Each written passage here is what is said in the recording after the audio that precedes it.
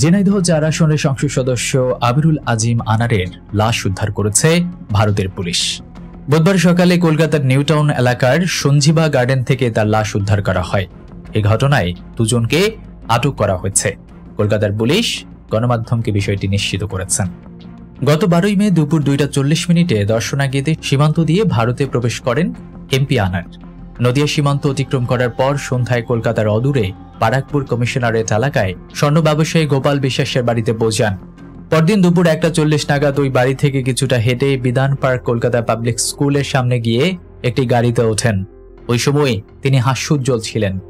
সেই দৃশ্য দেখেছেন গোপাল বিশ্বাসের পরিচিত শুভজিৎ মান্না। তবে সন্ধ্যায় গোপাল বিশ্বাসের মোবাইলে হোয়াটসঅ্যাপ নাম্বারে মেসেজ আসে তিনি রাতে ফিরছেন না, যাচ্ছেন দিল্লি। এ সময় যাতে তাকে ফোন করা না হয়, তিনি দিল্লি পৌঁছে নিজেই ফোন করবেন এমনটা মেসেজে লেখা ছিল।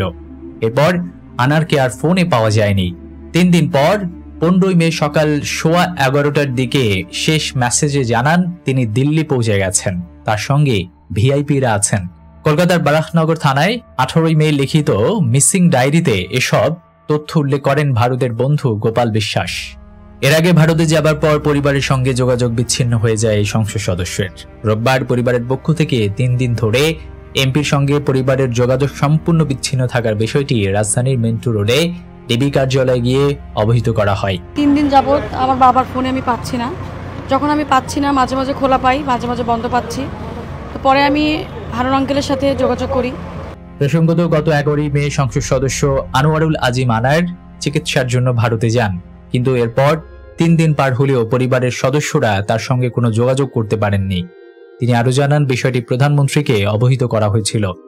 সরকারের বিভিন্ন গোয়েন্দা বিভাগ বিষয়টি তদারকি করছে।